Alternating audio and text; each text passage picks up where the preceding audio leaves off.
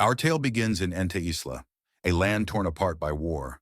The terrifying demon lord Satan commands vast armies of demons, sweeping across the land and crushing everything in his path. With four fearsome generals, victory seems inevitable.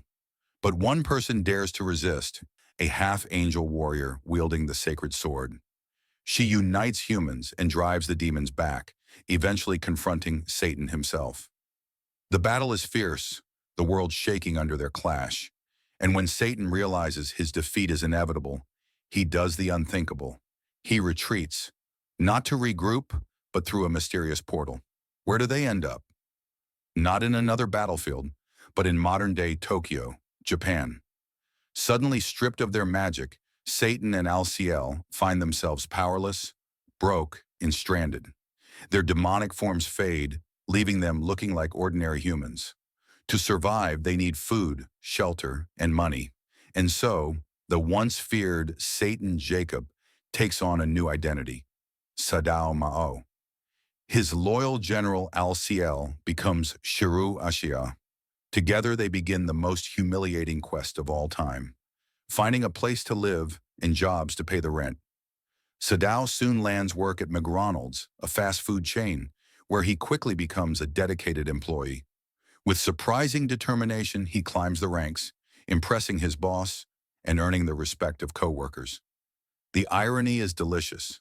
The Devil King who once sought to enslave humanity now serves them burgers and fries. But the past is never far behind. One day, while on his way home, Sadao is confronted by a familiar face, Emilia Justina, the hero herself, now living as Emi Yusa in Japan. Imagine her shock, the once all-powerful Devil King reduced to a McDonald's part-timer. She follows him, suspicious and determined to finish what she started. But when she sees him caring for his co-workers and living like an ordinary person, she hesitates. Is the devil really plotting domination again? Or has he truly changed? For now, an uneasy truce forms. Emmy begrudgingly keeps an eye on him, warning him not to cause trouble. But beneath the tension, something strange begins to grow between them, a reluctant respect, and perhaps even friendship. Just when life seems stable, chaos follows. Mysterious attacks shake the city. A rogue enemy, Lucifer, once Satan's own general, emerges in Japan. But instead of loyalty, he's become a traitor, siding with humans hungry for power. Lucifer's assault is devastating, throwing Tokyo into panic. Yet it's here that Sadao reveals something shocking. When people's lives are in danger, the lingering fear and chaos around them can temporarily restore his demonic magic. Harnessing that energy, Sadao transforms back into the demon lord, not to conquer, but to save innocent lives. In an epic battle, he defeats Lucifer, but instead of killing him, he lets him live. With nowhere to go, Lucifer is forced to move in with Sadao and Ashia, becoming a lazy, gaming-obsessed freeloader. Yes, the household now includes the Devil King, his loyal general, a hero who constantly barges in, and a fallen angel who won't stop racking up internet bills. From here, the anime blends slice-of-life comedy with bursts of fantasy action. Sadao becomes strangely passionate about his McDonald's work, dreaming of climbing to management. Ashia takes his role as housekeeper so seriously it borders on tragic. Emmy struggles with her feelings, torn between hatred and reluctant admiration. And then comes Chiho Sasaki, Sadao's kind-hearted coworker. She admires him deeply, developing a huge crush, and often gets caught up in the chaos between devil, hero, and angels. Her innocence and affection add another layer of tension, especially with Emmy silently jealous, though she refuses to admit it. Through these moments, the anime reveals its heart. Even beings of immense power, stripped of everything, can still find meaning in the smallest, most human struggles. But peace doesn't last. From Ente Isla, new enemies arrive. The church, threatened by the truth of Satan's survival, sends more assassins and conspirators. Even Emmy's allies aren't always trustworthy, as political corruption weaves through the holy institutions. One key figure is Serial, a cruel angel obsessed with Emmy. He targets Chiho, attempting to harm her to get to Sadao. But in one of the season's most thrilling battles, Sadao once again channels the fear of the crowd to unleash his full demonic form. With overwhelming strength, he crushes Serial, not for conquest, but to protect Chiho and everyone else. This moment cements a theme running through the entire show. The Devil King, once feared as a destroyer, now fights harder to protect humanity than most so-called heroes.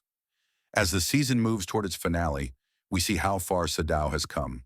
No longer a tyrant seeking domination, he has become oddly noble. He worries about rent. He takes pride in his work. He treasures his friends. For Emmy, this is the hardest truth to face. Her entire identity as a hero was built on the idea of defeating an evil monster. Yet living alongside him, she sees a man who has chosen humanity over destruction.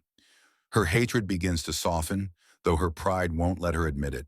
Chiho, meanwhile, openly supports Sadao, wishing for a future where he stays in Japan and continues his normal life. Ashia remains loyal but overly dramatic about every household expense. And Lucifer? Well, he just wants faster internet. Everything comes to a head in the season's final arc. New enemies threaten Sadao's fragile peace, schemes unravel from Ente Isla, and Emmy is forced to decide whether she still sees Sadao as her enemy, or as something far more complicated. And in the climactic final showdown, Sadao once again demonstrates that true strength isn't about ruling or conquering, it's about protecting. Using his restored demonic power, he fights not for a throne, but for his friends, his co-workers, and even the city that has begrudgingly become his home. When the dust settles, the Devil King walks back into McDonald's, clocking in for his next shift as if nothing happened. Because at the end of the day, he's not the ruler of demons anymore. He's just Sadao Maou, part-time worker, unlikely protector, and maybe the strangest hero of all. And that's where Season 1 leaves us. The Devil King remains in Japan, Emmy stays close by, Chiho continues to hope, and the strange household of demons and humans goes on with their bizarre yet heartfelt lives. But questions remain. What new threats will arrive from Ente Isla? Will Sadao ever reclaim his throne? Or has he truly chosen humanity? And just what does the future hold for his strange relationship with hero Amelia? Those answers, my friends, lie beyond this season. Until then, the devil still flips burgers, and that was the full story of The Devil is a Part-Timer. Season 1. What did you think? Did you expect the Devil King to become such a lovable character? Let me know in the comments, and don't forget to like and subscribe if you want more anime recaps like this.